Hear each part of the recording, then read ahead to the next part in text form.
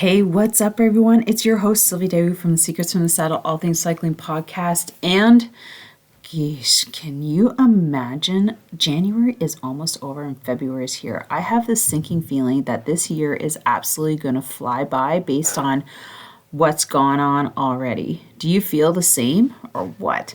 So, this is pretty exciting leading into February, which is going to lead into our big celebration for our 200th episode, which is going to be on March 11th. I'm so excited. I cannot believe it. But here's the thing.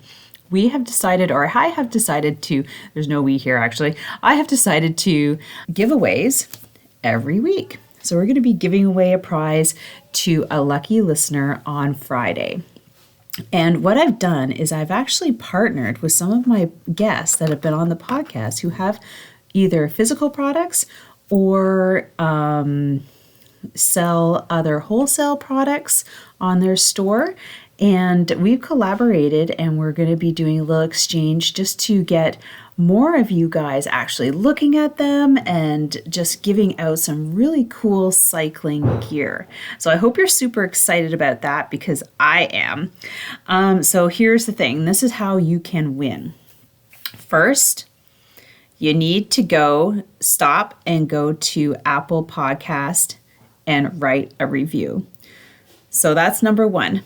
Number two, while you're there, leave a 5-star rating and then follow the podcast on social media on Instagram. But here's the thing. When you go to write your review, please put down your Instagram handle, because I did challenges before where I was giving away prizes for reviews and some people put these names down that I could never find them anywhere. So if you want to be found for a giveaway, then please make sure you write your Instagram handle as part of your review. Thank you. So then I can find you. Now, that being said, I have 2 grand prizes that are going to happen on the 20th episode day. Now, the first one is going to be given out to one of the winners of our weekly draws. The next one, I'm going to go into everybody who's put in their reviews, and I want to thank you in advance, and I'm going to pull a winner from there. And so that's how it's going to work. So make sure you follow the podcast because I'm going to be talking about this a lot, and that's where I'm going to put all the posting for the winners. Next, remember, a review and rating. You have to have all 3 of those things done to be recognized for the draw. So with that, I hope you have an amazing day. And I just want to give you a little heads up. If you went in and got some of my free downloads before, I put a new cycling snacks PDF in there to try for some different things for your training and your riding. So with that, have an amazing day. You be amazing, and I'll see you in the podcast. Enjoy the next episode. Welcome to Secrets from the Saddle podcast. I'm Sylvie, your host, fellow cyclist, bike club founder, cycling coach, bike race junkie, just truly super passionate about cycling. My journey with cycling started 20 years ago when I opened a spin studio, started a women's race team, and founded a women's only cycling club called Cycle Fit Chicks. I'm super thrilled to reveal all aspects that make the world of cycling operate. I'm so excited to be able to bring you interesting people from around the world, pro cyclists, recreational cyclists, coaches, event organizers, bike shop owners, everything and everyone you need to know or ever wondered about when it comes to cycling. I know you'll enjoy this episode.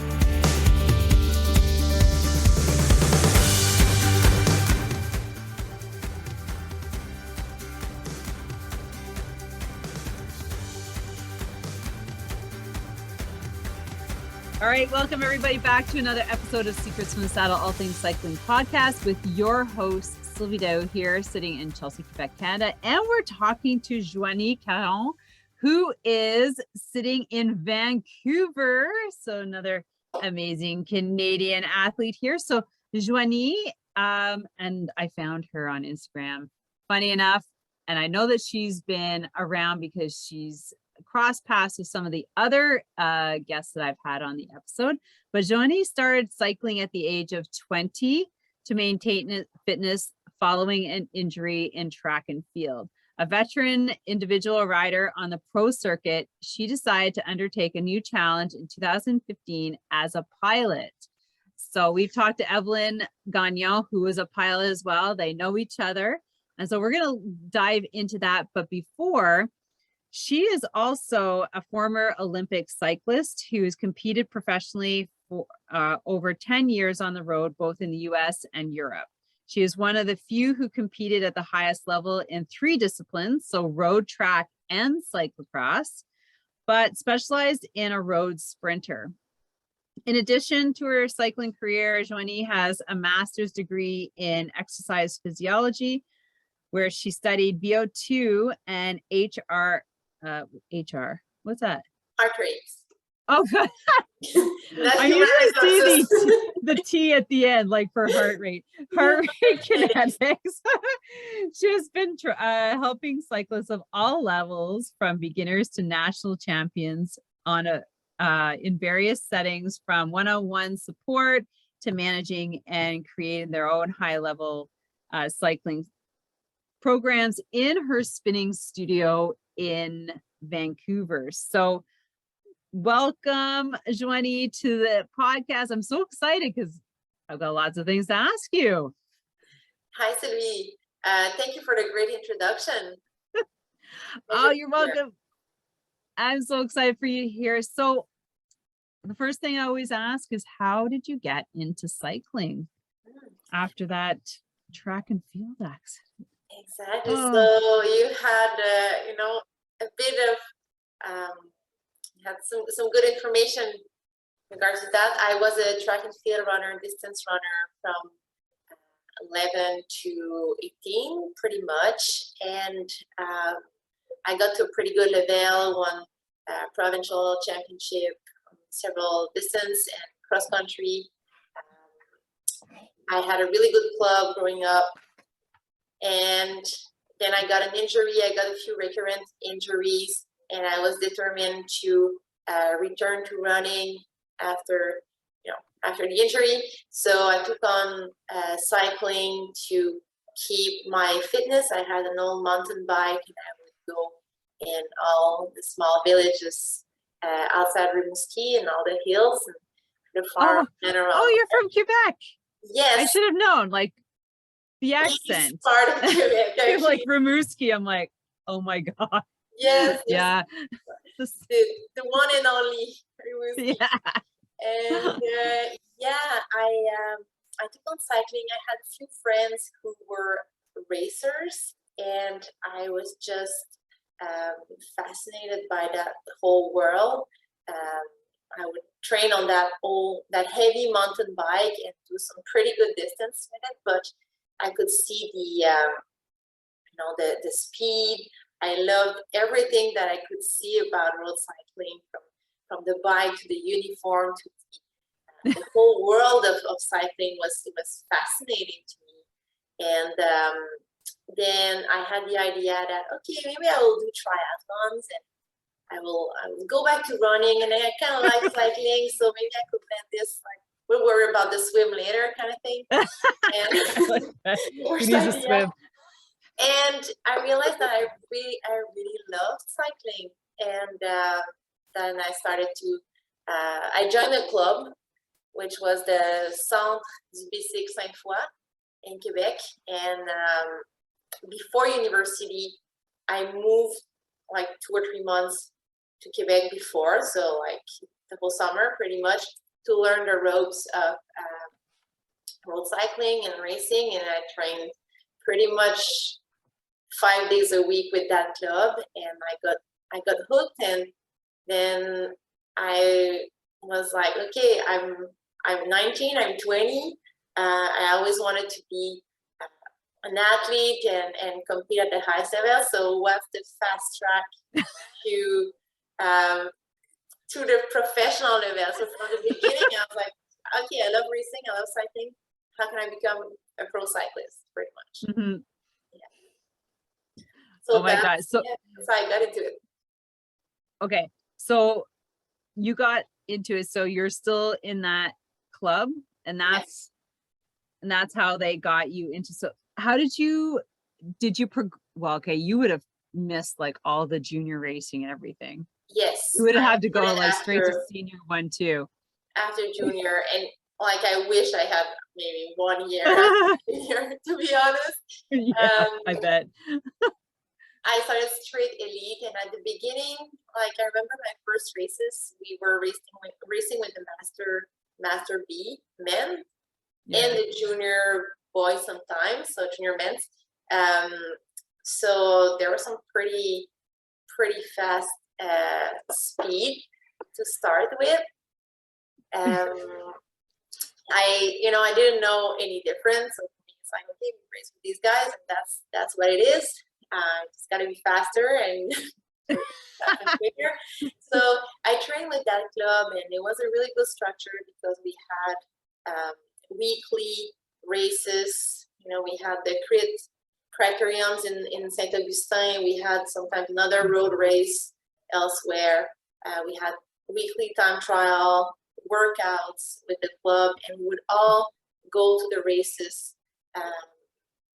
From Quebec to Montreal, would all drive together. So that club team atmosphere with both men and women was very enjoyable, and that helped me really fall in love with the sport and being around other athletes. I was like, okay, I can be faster, I can improve, I can spend more time riding with these guys and become the cyclist that I want to be, pretty much. Yeah.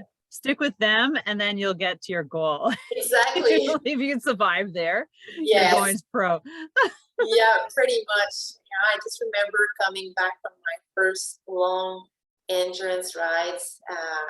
In Quebec City, there's a lot of hilly rides, going to Valcartier, what we call les équerres, and coming back and sleeping the whole afternoon. Okay, that's all I got for today. That's it.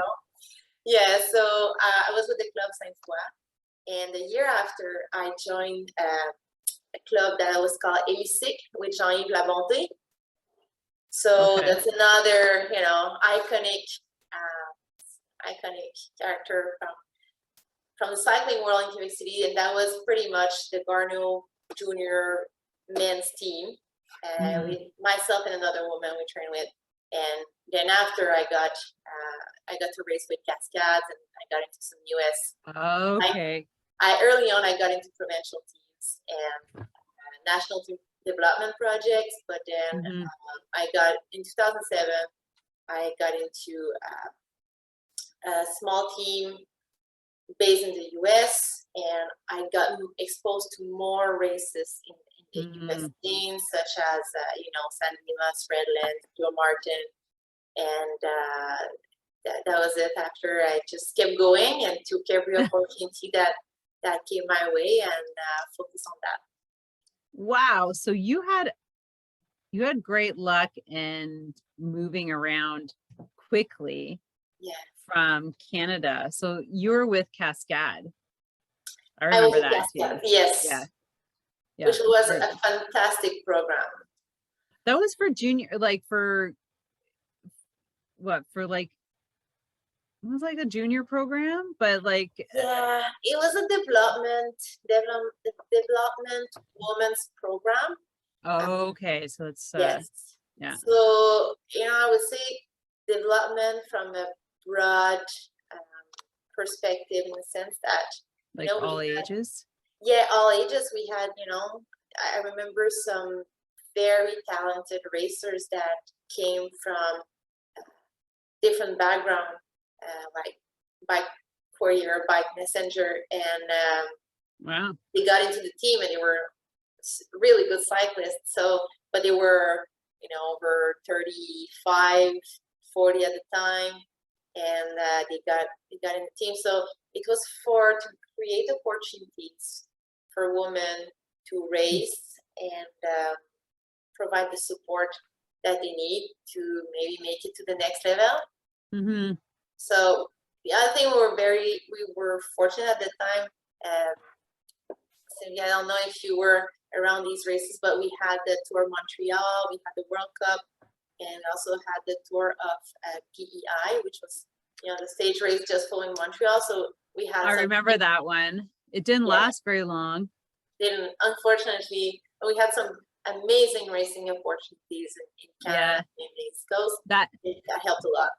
Yeah, I remember that race because I was at Charlevoix stage race and all the girls were there.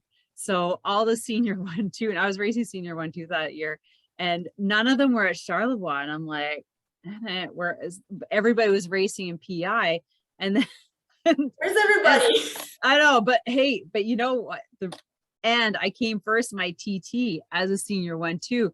I'm like, just a second. This would not have happened if, like, you know, like all these other girls like yourself were here, but I'm like, frig, I'll take it. A win is a win, right? A win is a win, because I'm like, what? I got me, and then I got third in my crit, and then like I just survived the road race, and so I took an overall, but I was just, I remember that, I'm like, oh my god, yeah.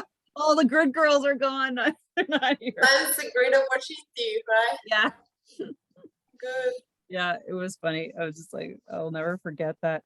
But so where did you race in the US and how long were you there? Yeah, so I never really lived like in the US full time sort of thing, but my first team was Colorado Premier Training in 2007. Oh. And it was a small team that didn't last very long. It was one guy, sports director, who runs everything and wants to create a women's program. And it lasted half a year.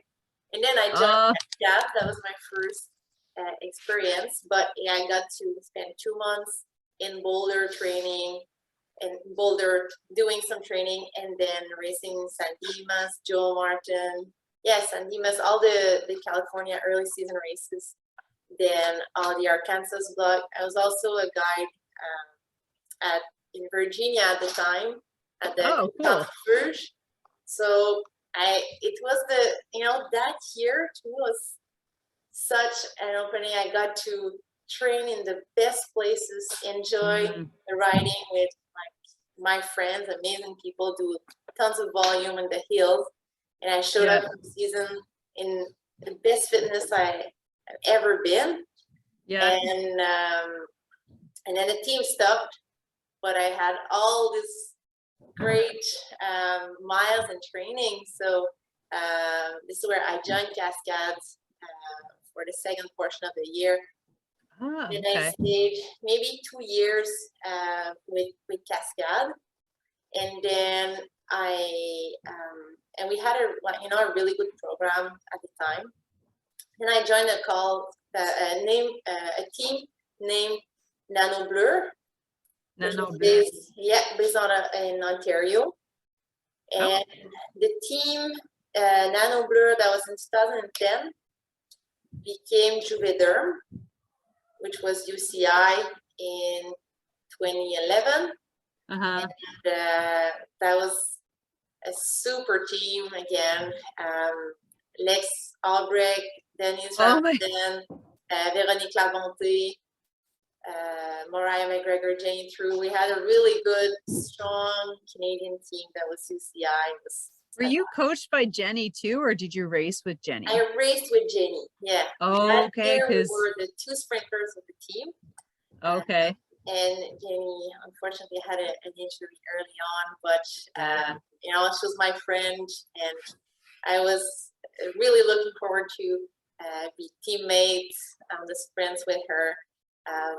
But that team was it was a kind of a dream coming true. We had the Canadian UCI team. We raced in the US, and we did some racing in Europe as well.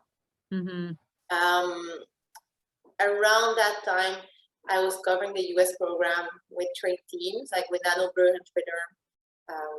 I was doing the team program, and I also was doing the national team, as many national team projects that I could. So I would go for a big spring block in Europe, so Flèche Yeah. Wallonne, all these classics, and try to go back in July, August for a few more stage races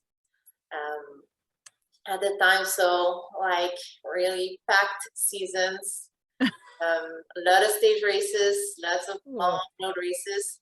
And then after this, what kind of started to happen is that the crits became more popular in a sense. There started to be some crit teams. So 2012 was a bit of a transition year. I raced with Colavita, more stage races.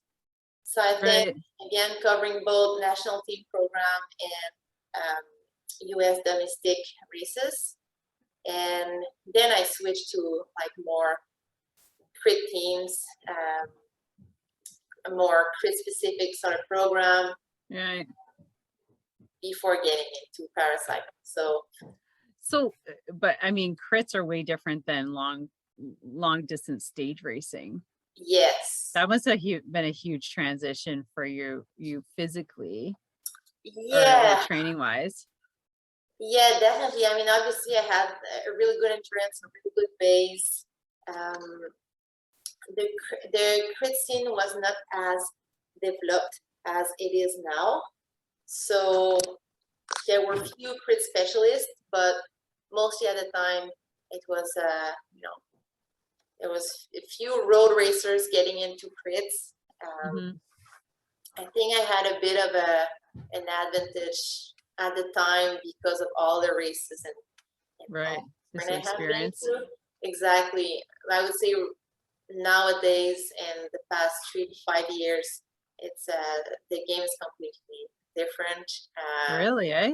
Yeah, it's crits. Crit have become so much more important, and no way, really?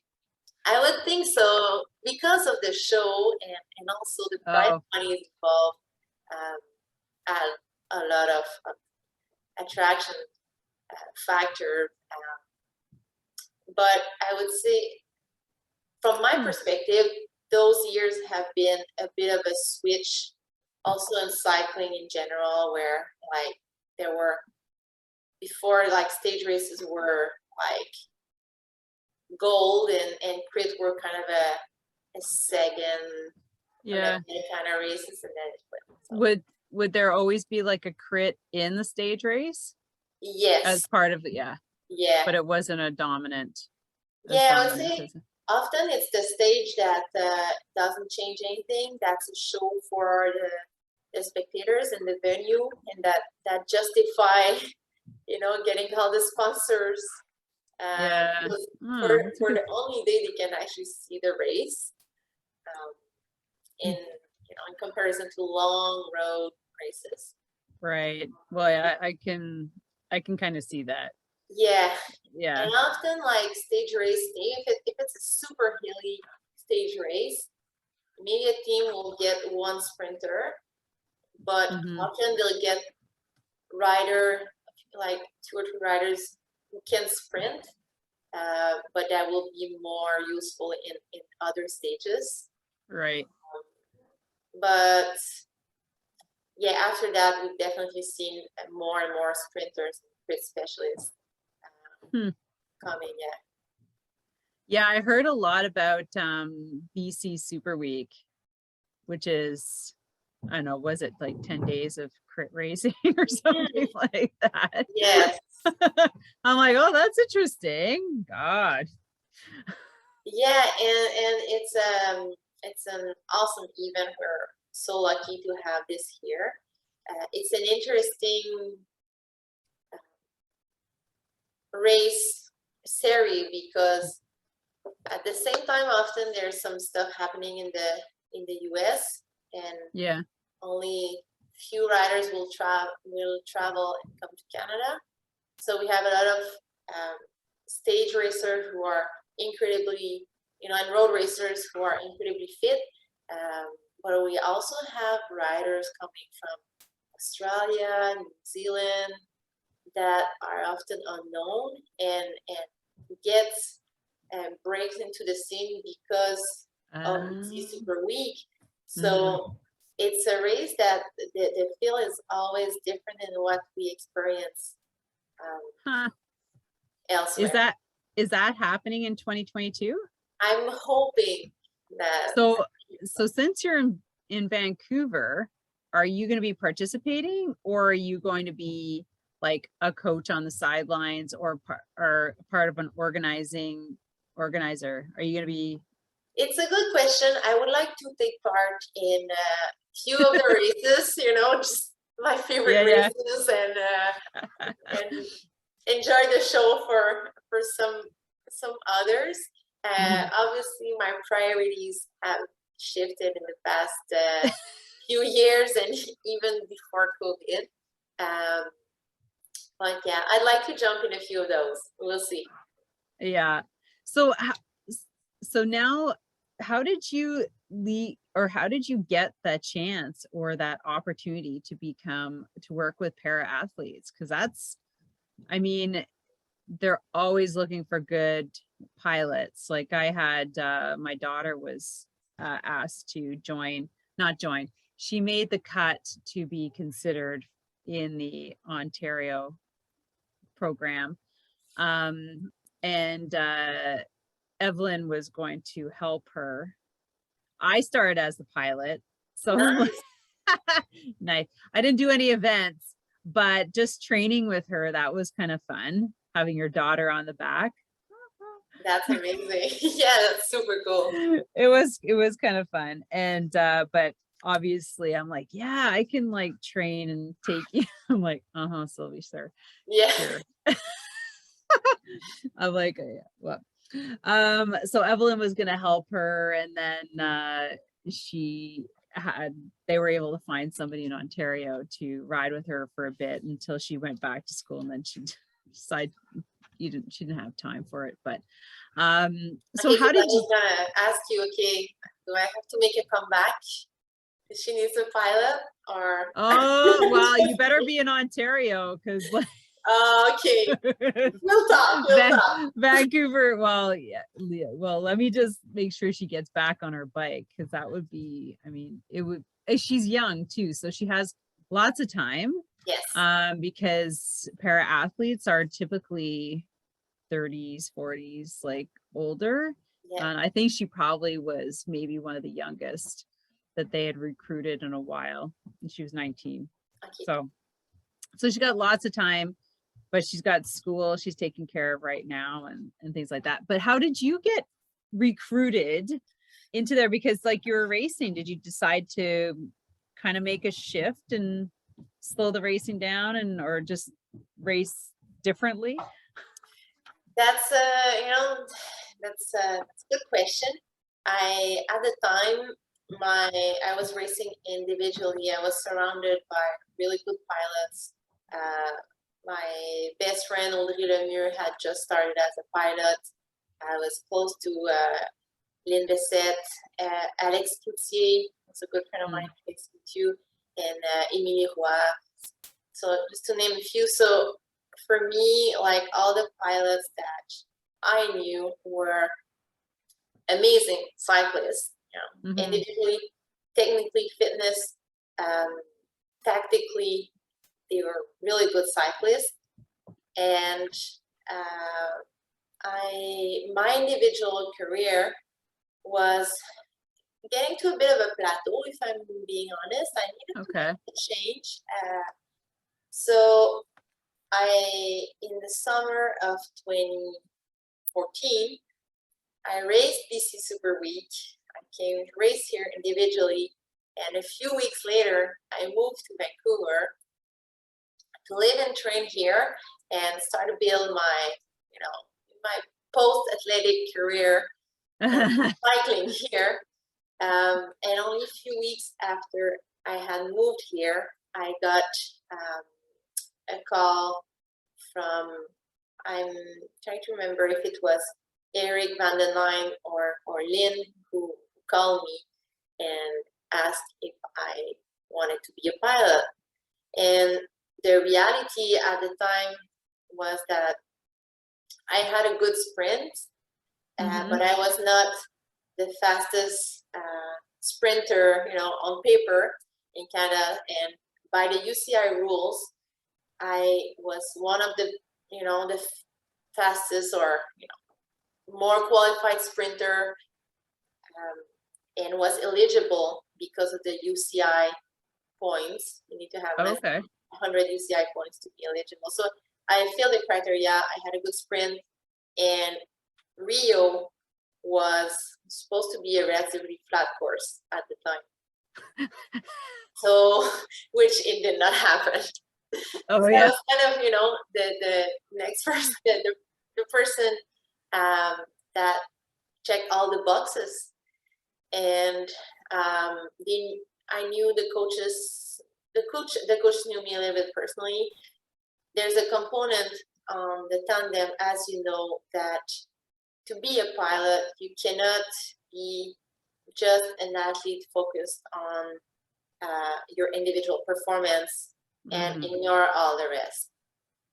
So, yeah, I was approached to be a pilot because of my qualities on the bike, and become confident that I'd be a good person to be with a visually impaired athlete and be nice. You're a nice person. Exactly, nice and kind enough for that, because it matters a little bit. So, anyways, I got an invite, and I got approached in October 2014. And at the time, I was approached to be pilot for Robbie Weldon, who won in London in 2012. So I said, yeah, for sure. It's awesome. I started with a really good athlete. Great. You're like, yeah. So I'm like, okay, I better learn how to ride that two-person's bike, right? How does that work?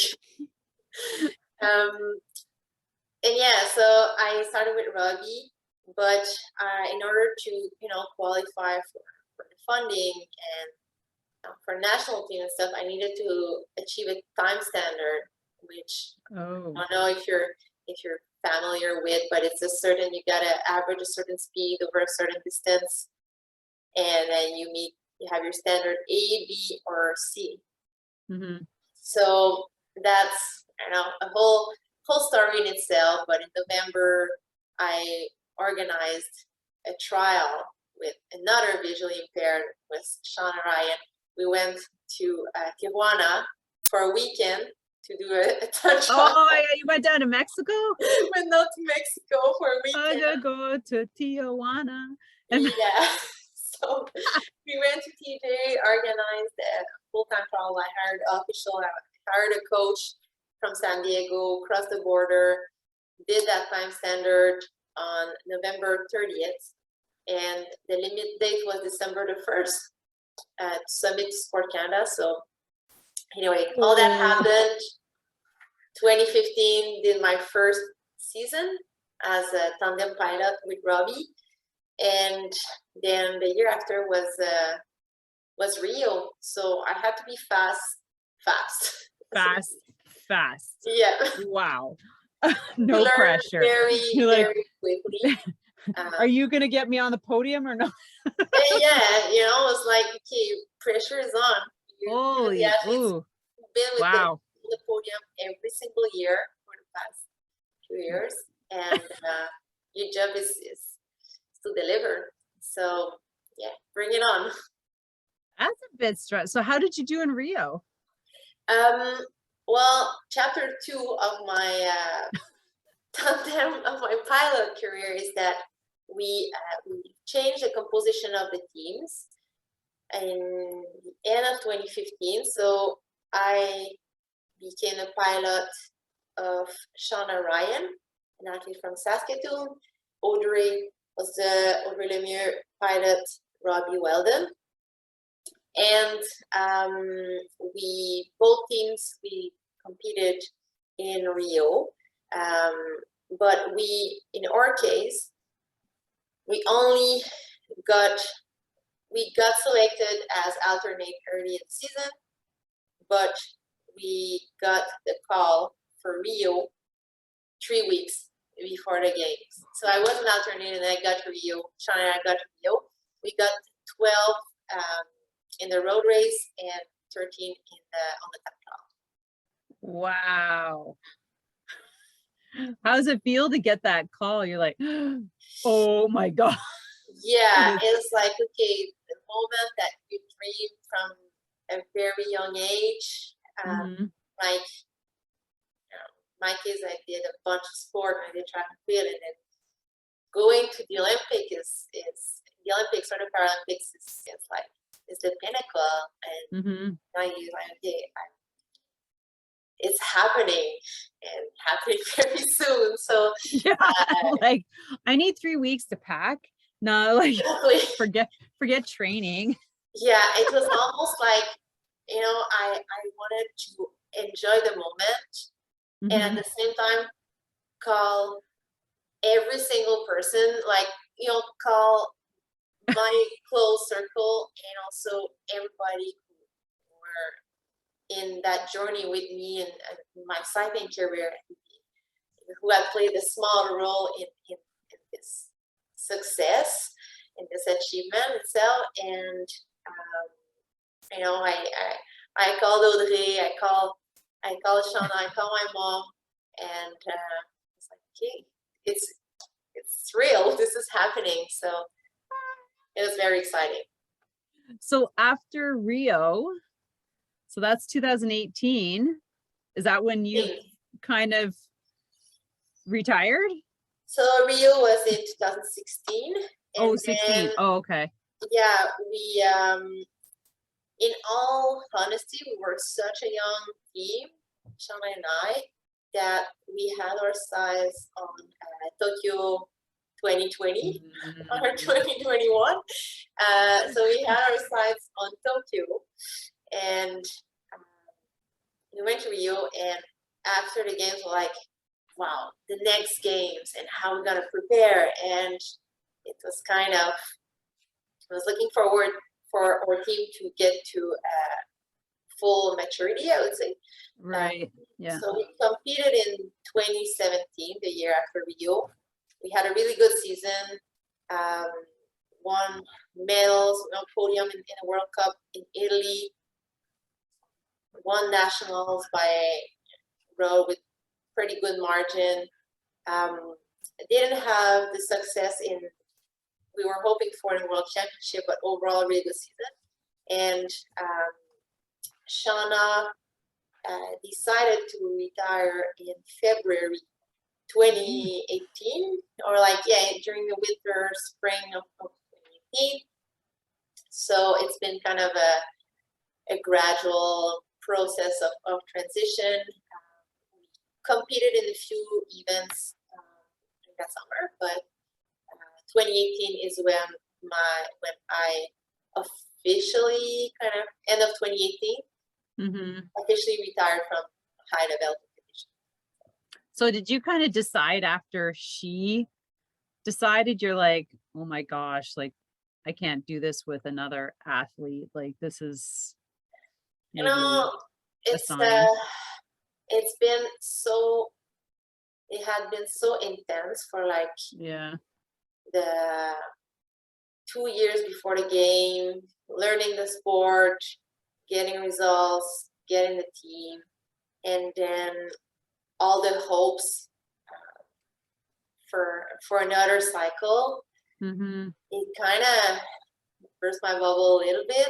And with Shauna, we really had a good relationship, the chemistry, and I really feel like we had something special that I was willing and I was keen to continue with another athlete who had, you know, some potential to access the international level soon.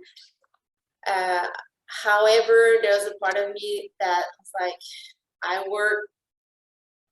gave everything I had for so many years in cycling, and I'm a little bit curious on what's after, and do I have the energy to restart, build another relationship, build it, start from the beginning, and maybe and accept that, hey, maybe we will not have funding for a while, maybe we will not have results for a while.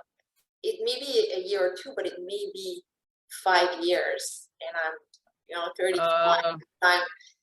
So it's I wasn't sure how. I think if I had had an opportunity with another athlete at the time, I would have taken it, but it didn't happen. So I was sort of forced to transition, and it's been a gradual process. I kept racing individually with my local team here at Criterium, who I really, really like. And it sort of happened naturally after a while, 2 years after, like, oh, okay, I think right now, I think I would go back there.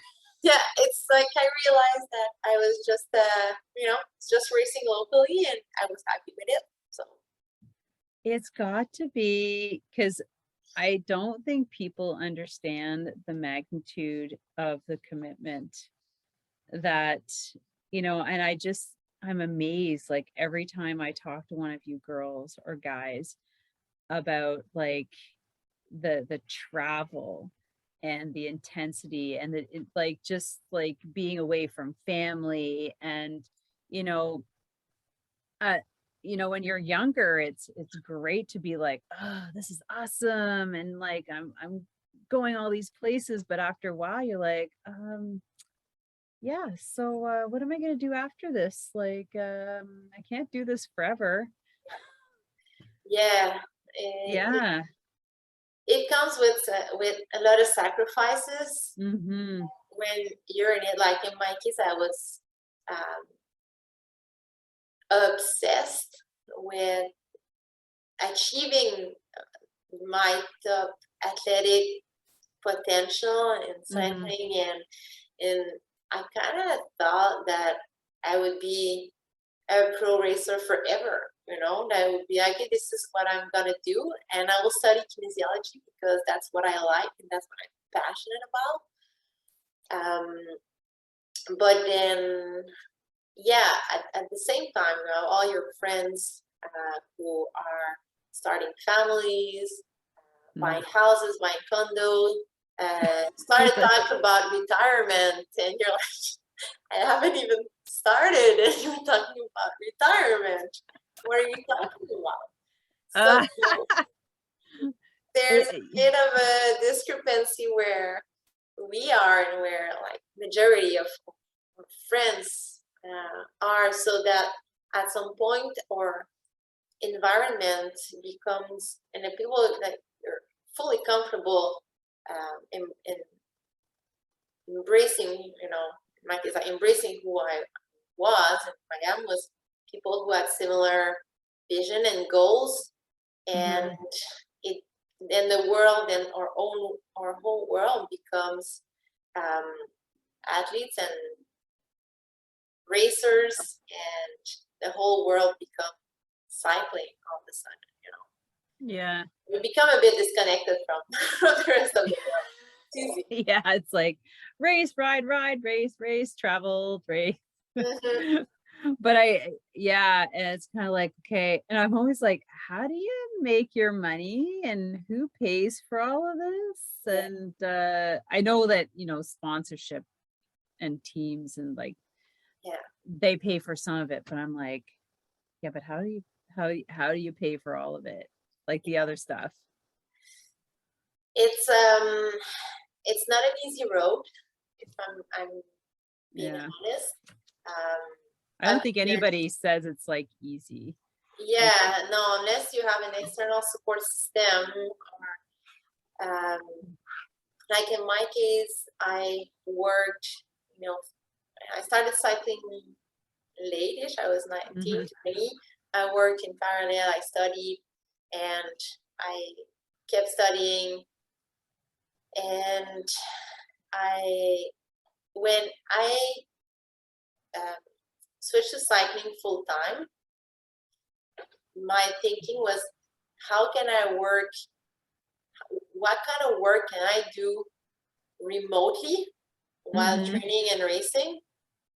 And how can I work the minimum hours to sustain myself, you know? Yeah. And I got some contracts, some writing, some coaching, some things coming my way. But it took a long time before I actually accessed. I got a few sponsorship as well. But it's like starting a business. It took many years of personal investment before actually getting some Sport Canada funding, some carding, and all of it. And I remember between 25 and 30, often I was really close to the criteria before paracycling, or I failed the criteria, and I was like, well, next year and one more year, and I'll get into funding. And that was always that one more year that kept me in, because I was getting like closer and closer and closer. But to getting funding from Canada? Yeah, exactly. To get like, wow, really? Yeah, to get funding. And I like to think that there's more opportunities, more support and grants nowadays, but it's not the most lucrative choice, that's for sure. But in my case, it was an investment in my future career after racing in itself, which I didn't know at the time. So, well, if you can turn it around and use it that way, exactly, it's perfect. yeah. Like, because look where you are now. Like, you have a studio, you have coaching, you have online, so you're putting everything that you learned to work. And so let's talk about that, because I know, like right now is that big equality for women, right? Like, have them get paid for being pro cyclists. I guess you have to be on a pro team to make the pro circuit. I'm not sure where the line is drawn there, but yeah. So I mean, let's talk about how you ended up. Okay, so you're already in Vancouver. So what made you decide to do the studio? Or was it one of those like immediate, this is exactly what I'm going to do after? So it's now, Sylvie, you know more about my story and what happened when I moved to Vancouver. I started piloting, and at the time I got an opportunity at a place called Fortius Sport and Health, which was a huge state-of-the-art facility in Burnaby, just outside Vancouver. And that place was a hub for athletes, but also open to the public. And it had a medical clinic, it had a hotel, a restaurant. Oh, wow. Two amazing gym. Everything was brand new. And the place had a power watt studio. Okay. From a partnership with the V2 the Athlete Foundation. So for me, if I were to be involved into coaching and into something, it had to be with something that I'm passionate about, that I'm also familiar with, and that I can teach. And that whole concept of, training with data, training with power, is what I learned through my studies and through my years of racing. So I initially, when I moved here, I got the job. I was managing the Power Watt studio at Fortius.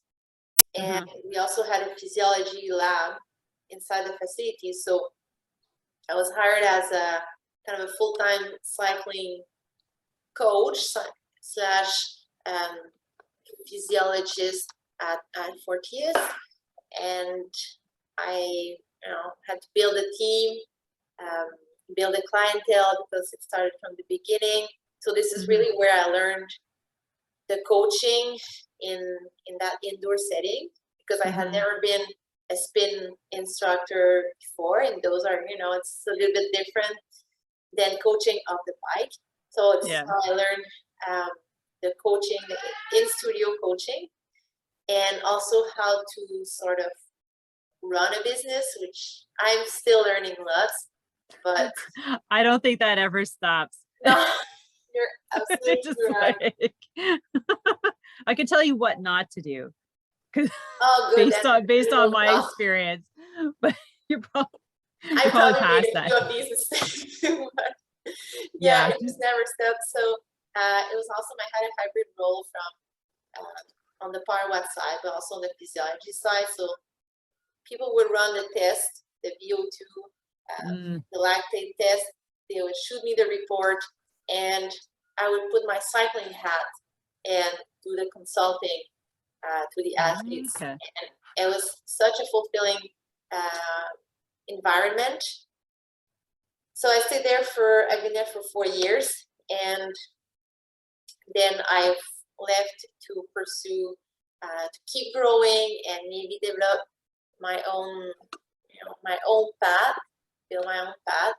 And then I had a colleague coach who had 4 watt bikes in a gym, you know. Yeah. She had been running her own program. She's a cycling coach, very established in Vancouver, and she said, "Hey, do you want to utilize the bike and get a few of your athletes?" And so I started in November 2019. Yeah. And I, in the gym that I've seen a closed room in the back. I say, "Hey, what if we make it like proper studio? I'll get some bikes in, we'll combine our resources, and it will make it a studio with screens and data, and create our own program." So we started in January 2020, just before COVID. And now we kind of like, I went on my own and I got a few more bikes and we're up and running. But yeah, that's how I got started with the studio here in Vancouver. Oh, that's right. So your studio is your own studio. It's inside a gym pretty much. So we're located in the Altius, the Velo studio is located in West Broadway in Vancouver, inside the Rep One Fitness. So we share space with an existing fitness facility that. Oh my gosh, really good. This is how I started. Yeah. So yeah, because a friend of mine, he's like, and I knew nothing really about cycling. I was like, I love mountain biking. I love racing. I got I tried a spin class. I'm like, man, this is cool. We can train for cycling and mountain biking. And I got certified Mad Dog. So remember, this is 2002. This is 2001. It was like pre everything. Like spin studios were kind of around, not very many, maybe 1 or 2, or like just a small handful. And my friends, he had a small gym. He's like, well, you get the bikes, I'll get you a space. So it was in a little stretching studio. It was like super tiny. And I got like, how might I get maybe 10 bikes. So we had to move them in and out. So these are spin bikes, right? Yeah. So we had to move them in and out every time for our class. And then I did that for a year, 1, 2, or 2. And then there were like a storage space down the hall. Then I was able to rent that. So I got 20 bikes. Wow. And we had like somebody in the front, we had like somebody did some painting on the side. And so then I had my own spot. And then, so I did that for a year. And then 2004, I partnered with 2 other people, a massage therapist, my friend, never partner with your friend, personal trainer, my sister, never partner with your family member. And I rented a studio. And so, and I got the loan, and like before, so we opened in September. All my clients moved over there. We had our own location, front entrance, back, you know, and everything was super cool. And then in 4 months, my sister's like, you know, this isn't really, you know, really working out for me. And then my friend's like, yeah, I think I'm gonna go back to my own like clinic. I was like, are you kidding me? So here I was like, yeah, I'm gonna, you know, I a third of rent and everything, like we're sharing. And then by Christmas, I was by myself. I Wow. was like, what the am I Yeah. gonna do? And I'm like, okay, well, it's not just gonna be spin classes anymore. So I'm like, spin this and spin that and boot camps, and like I had to bring in all this like, you know, like not a lot of equipment, like dumbbells and BOSUs and stability balls and It all adds up though. kettlebells. And so I got kettlebell certified, I got BOSU certified, I, you know, and personal training, and I was like, whoa. But anyways, I made it work. Fuck. Well, what's amazing is all the skills and how you were able to adapt and pivot, and you didn't Like, close the shop right away. You kind of rose and I made it work. Like I that, pivoted like on a dime. Like January was, you know, like, hey, mom and baby boot camps. And I had babysitting, which was kind of cool. You know, the kids were just over there with somebody watching them, but it was different. It was definitely different. And I don't think anybody ever did something like that. that's pretty inspiring. I'm being honest. It's some things that I'm struggling with my, you know, my life. I see, I'm just like, remember Sylvie when she got all these certification and equipment and was, you know, able to Yeah. change and get these extra hats. So I'll remember that for sure. Oh, well, it was fun. And I think the height, I had like 19 instructors Wow. working for me, and I had front desk. And by the time I sorted everything out, like, you know, I tried to rent the space to a massage therapy, you know, like, but nobody wants to work. Nobody wants to work to build their business. You'll find that, especially right out of school. What do you mean there's no clinic? No, you have to build your own business. Yes. Like I have people here, you have to like solicit yourself to them, get their business. Like it's not my business. I'm just trying to pay rent. You know, and it's funny how people are like, no, I just want to, you know, get people from the clinic and be, I'm like, whoa. Anyways, and so you bring an interesting point, because often those who specialize as coach or technical resources in anything, that's what they want to do. It's just coach, just and it is possible, but you know, if someone else is building the business, or you know, it's under someone else's roof or another business, like everyone is taking a chunk and then you have less at the end of the line. So it's kind of a trade-off. But when you're able to build a business successfully and be a really good coach and resource, and that's gold.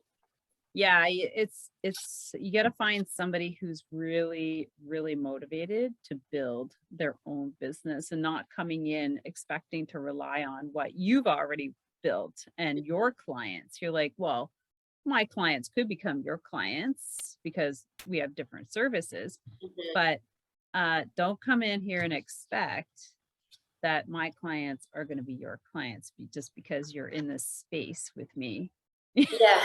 You know, like everyone's got to work a little bit, you know. You got to start like getting to know these people. Exactly. And you know, you refer to people who you trust as well, that will take the best care of your client the same way that you will. But I think, you know, we talk about the racing and the training, and that's sometimes there's not a lot of financial reward to be a bike racer, I think, like, I don't know, personally, all that I got from pro racing and training and racing is that drive and that determination that transfers into the other spheres of life. Yeah. So you're like, I'm not going to quit. Like, I got 5 years here, you know, like, there's lots of opportunity, you know, but you just have to, but the thing is, Joanie, that it was different back then. Like, this is like pre-Facebook, which is it, but it's totally different now. Like, trying Was to there pivot. pre-Facebook? No, there was like, okay, well, it was pre-Facebook. Yeah. So I closed in 2009. Facebook started 2007. So I kind of think, like, what if I had actually adopted social media at that time with my studio? Yeah. Where would I be? I don't bother thinking about that, but in any case, like, you know, the point is that marketing was totally different. It was word of mouth. There's one like online newsletter that went out to like 10,000 athletes, like, you know what I mean? Like, you had to put posters up. That's what it was like. And being one of the only was also another benefit. Now there's spin studios every corner, just like there are yoga and like coffee shops, and like, you're just competing. There's so much more competition now. And like you and I, because we're data driven, like mine's online, your studio, you have to think about, how are we going to compete with Swift and Ruby, and like, how are though to draw the athletes in to understand that cycling skills are needed to get better, not just, you know, being online, hammering it up on, you know, Everesting every other day, and you know, on the vlog, you know what I mean? So it's how do we get our message out? That our services are required if you want to get to the level like where you are, or like where I was. I'm a little older than you, but like, you know, like, just to get better, period. You're absolutely right. There's so many platform and like cheap cookie cutter training plans anywhere, but if we go back to the basics of any sport, any discipline, in my opinion, you need a few things. You need competitions or goals, let's put it that way. You need infrastructure, so I think that's equipment. And another element that we need for any athletes to get better is coaching. And that it's having someone who has, you know, the knowledge, the experience, and who can keep you accountable and can offer the support that you need. So why would, you know, any athlete who you see competing would need coach? But hey, you know, like, there would be millions of outliers who wouldn't, like. So it's like, I don't want to pay the extra. I'm like, well, okay. You know, like, keep going on where you're going. I mean, And I mean, for me as an athlete, I had such incredible coaches and role models who taught me on the science aspect of things, on the tactical aspect. So science, you know, Guy Thibault, Pierre Lucebeau, I learned a lot from them. He was my mentor for many years while I was studying. I had Tina Pick as a coach who taught me how to win races in a sprint. I had, you know, those are just to name a few, but I was lucky to receive so much that taught me the value of coaching, and that for the athletes that I work with, whether it's a one-on-one or that I see once a week in the studio or in the outdoor class, I want to bring them a little something that they wouldn't get just from a Zwift training plan or these kind of resources. So that's how I see the value of coaching, how I want to make it. I totally agree with what you say, you know, and that's why I'm like, okay, how can I be better than that and make them realize that, you know, there's a place for that, but there's also room for what I'm coaching, you know, like, so that you can actually get better over there. You know, if you want to like get better at Swift racing, well, you need even I'm like, I just started it. I don't know if you're racing on Swift, but like, holy crap, like still learning. Holy, it is like, I'm like, because I used to love crit racing. I love the speed, but like this is like, like 100 times faster than any crit race. Like, and there's no letting up hardly ever. I'm like, wow. Yeah, seriously. So I'm like, this is a whole different way of training, like, honestly, and tactically, and like just showing up, like when to get yourself on the start line. I'm like, what? Like, you don't start with a rolling start? No neutral up to the next intersection. Yeah, right. So, but anyways, yeah. So where can people find you? And where is your studio, and how can people find your studio? Good. So we have a website, Altius Velo, ALTIUS Velo.com. We are on Instagram, Facebook as well, Altius Velo. And the studio is located in Vancouver, in the Kitsilano area. On the address. Kits. Yes, nice. Beautiful Kits. So 3313 West Broadway. Oh, my sister used to live in Kits when she was going to Vancouver. Yeah, going to UBC. I'm like, this is really nice area. Really, really nice area. Good riding. Yeah. So this is we're easy to find. All information on the website. We have another good stretch for leading to the spring. So join us for a bit of a tune-up before the season, but we also run some outdoor program, which is a great chance to master or perfect some technique in a really cool group atmosphere. So that's amazing. So everybody, you know, when you hear this, you're probably going to be looking to the spring and what to do before the season starts. I'm not sure when its season starts officially in Vancouver, but for us it's like April, May. Yeah. So there you go. You talked to Joanie to, you know, join one of her spring programs to get you really out of virtual world and onto the road, because there is a little bit of a transition there. Yes. Yeah. So this has been amazing chatting. I know we could probably still go on, but our listeners are about like, so I just want to thank your listeners for jumping in today and learning all about Joanie. Wow, we got lots in common. Like, I'm going to chat with you later. So thanks so much for tuning in. Thanks a lot, Joanie, for an amazing interview. Don't forget to follow her and her spinning studio and the podcast, Secrets from the Saddle podcast on Instagram, myself, and have yourself an amazing day. Thank you so much.